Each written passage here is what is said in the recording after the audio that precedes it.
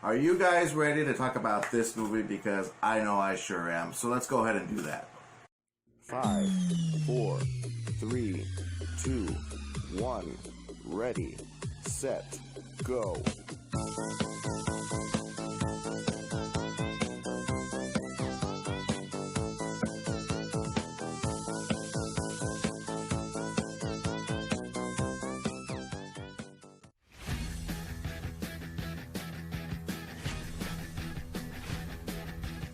So Spider-Man Far From Home is the direct sequel to the MCU's version of Spider-Man from Spider-Man Homecoming back in 2017, and this movie takes place immediately right after Avengers Endgame, which was released several months ago, past April.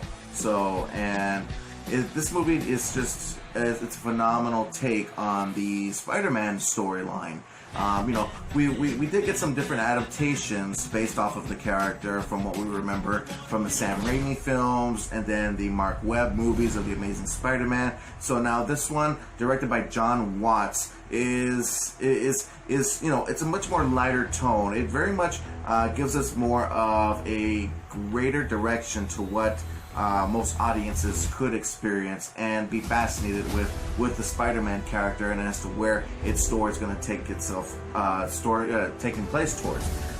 So after the events of Endgame, even though that this movie, I don't want to throw out any spoilers out there, but the thing is that this movie's already been out for quite some time, and I know it's taken me quite a while to having to talk about it. But I'm going to go ahead and throw them out there and say that yes, there's a point in Peter Parker's life where he is reliving the same depression, the same sadness within himself because he lost a dearly beloved member of his life, his mentor, Iron Man, Tony Stark, who was killed off for having to snap away all of Thanos and Thanos' army at the ending of Endgame. So this is all the aftermath of what we experienced based off of what we saw from the last MCU film, and I find it to where it's a movie where you've seen the trailers, you've seen the marketing to the film. You can see that people are expecting, since Spider-Man was the passing of the torch to being the next Iron Man. So, and I was kind of figuring out as to how they were going to take this torch, whether or not they were going to go ahead and pass over that character arc to Spider-Man himself, or giving it over to another character that I thought was probably going to be part of this whole brand new version of the MCU. So, like, say for example, the kid from Iron Man 3 was actually in Endgame during the funeral service, and I was kind of wondering if whether or not he was going to be part of this movie, getting to passing that torch over to him and not to Spider-Man, since Spider-Man is much more his own character. And that was my opinion. That's what I was assuming, guessing as to whether or not that was what the toll was going to take towards. But unfortunately, no, we didn't get to go into that direction. He was going to be called the Iron Lad. I don't know. It seems pretty silly to me, but and amongst others as well. But I thought it would have been really interesting if they did something like that. But I very much like the whole idea of knowing that Spider-Man did become not just the next Iron Man, but to being Spider-Man himself. So, and I mean, there's just so much about this movie that I would very much love to talk about, since, like from what we remember at the ending of Spider-Man Homecoming, Aunt May, she finally finds out that Spider-Man is Peter Parker, and we've never seen that before. We didn't really get to take it anywhere further after that from the Avengers movies, but we do get to see some of it in this one, and she seems very accepting to the idea of him being this this very favorable superhero. So which I really think is, not only is she hot Aunt May, but she's also a really cool Aunt May. So and from what we remember, from the comic books and recent films and television shows, we always got a little bit of hints, whether or not of knowing if Aunt May actually did know or not. Whether, because she's not stupid. I mean, she very much knows that that Spider-Man, that there's a good possibility that her nephew is this all-time favorable, friendly neighborhood Spider-Man. So I thought it was really cool that we finally get to see and how those two actually interact, and how she's very acceptable to his life of being this really great sling superhero. So and now we get Zendaya in this, being the new MJ, not Mary Jane, but MJ, and I actually like it. I really do love the chemistry between the two. Tom Holland and Zendaya is a really great connection. I really do admire having to see that connection. Like for when it came to Tobey Maguire and Christian Dunst, I never accepted that. I never really saw that connection between the two. I really did love Emma Stone and Andrew Garfield's connection when it was Spider-Man and Gwen Stacy. I thought that was a really great connection.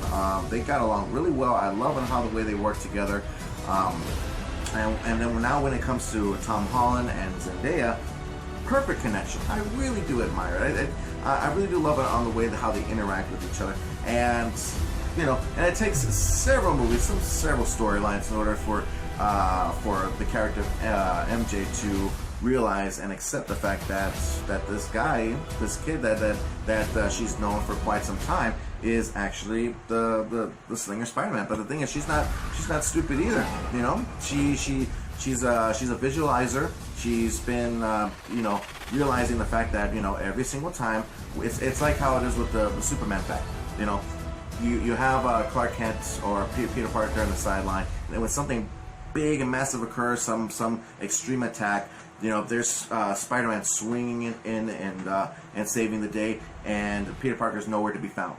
And then yet he shows up right after when Spider-Man disappears. Same thing when it comes to Superman, and Lois Lane notices that. So, and MJ is not stupid either, so she's gonna notice it as well too. So I really do love the fact and how she's they don't play her to being dumb. She's very smart. She notices it right off the bat, and I thought that was really great toll. Just getting to know, because this MCU is really not very much about secret identities. You would think that from the very first Iron Man that Tony Stark was going to keep his identity secret from being Iron Man, but unfortunately he let it all out. The whole world know, and the entire MCU was very well aware that Tony Stark is Iron Man. And which brings us to the whole climactic conclusion on how he snaps his fingers, revealing himself to Thanos, saying, "I'm Iron Man." So, but I just think it's really fascinating on how they're changing things up. They're making the whole thing in a certain version that we're highly unaware of, even though that they take some aspects from the comic books or from different versions of other films. They're making it their own, and I really do appreciate that. And speaking of making things their own, quite normally we do see when it comes to rebooted versions of the films that we get some returning villains. But when it comes to this one, I really do admire the fact that Spider-Man has a really good amount of different, unique, and awesome villains, just like how Batman does. So, but yet we haven't really gotten to experience the majority of them. We always continue to getting repeats over and over again. So, I really do love the fact that they chose Mysterio for this next one. And it's a very great, great reasoning in having to involve this in particular villain to this storyline. Because like I said before, they're trying to find the next new Iron Man. They're trying to get to see, who could be the next Tony Stark. So there's these special, unique little glasses that Tony Stark forwarded over to Peter Parker to use, as his own. And we got the casting of Jake Gyllenhaal being this villain Mysterio in this. I always thought that Jake Gyllenhaal was a really great casting choice to being Spider-Man in the Raimi movies if Tobey Maguire wasn't able to take on the mantle of being the web slinger anymore. But we didn't get to go into that direction. But I really do find that he really did an amazing job with Mysterio. I love Michael Keaton as the Vulture in the first Spider-Man Homecoming movie, but in this one, I really do admire Gyllenhaal a lot more because just the way the effects are, and I really do love the fact that they really truly define what the character Mysterio is all about. Just all these different visual effects occurring, and and the way that he portrays this character, Quentin Beck, that's the character's name. He makes you believe that he's this good guy. He's from another universe, a multiverse, from what they explained from the movie. But all of it was fake. It was not real. Everything was just a big continuous lie.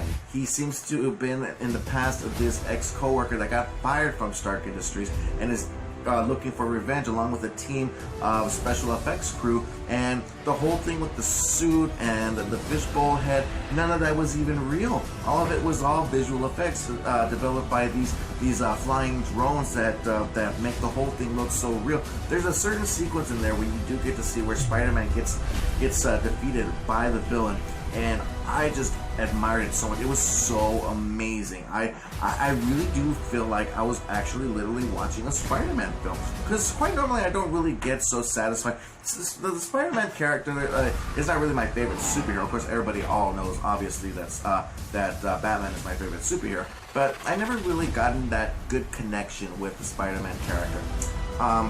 Unfortunately, when it comes to this newly developed version for the MCU, I find it highly satisfying. It's very satisfying, and I'm very much looking forward to seeing what's more to come, especially when it comes to Phase 4. I know Phase 4 was already announced, and I really do want to see, because I know that Tom Holland and the Spider-Man character itself is signed on for one more MCU film. It's still owned by Sony Pictures, but I really do want to see what's gonna happen next, because even though that we already know that in some way the villain does get defeated, they always get defeated, but they always have something up their sleeves to give at the very end, which is what brings us to the very cool part of this film.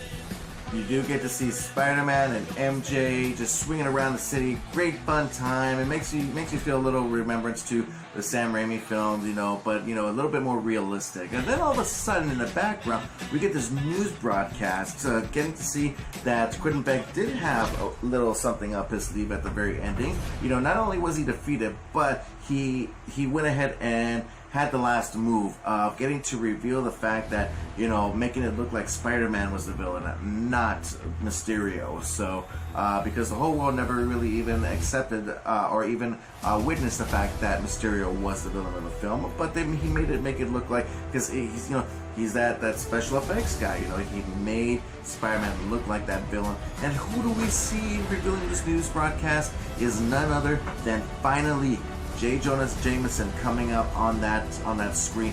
And who's playing him?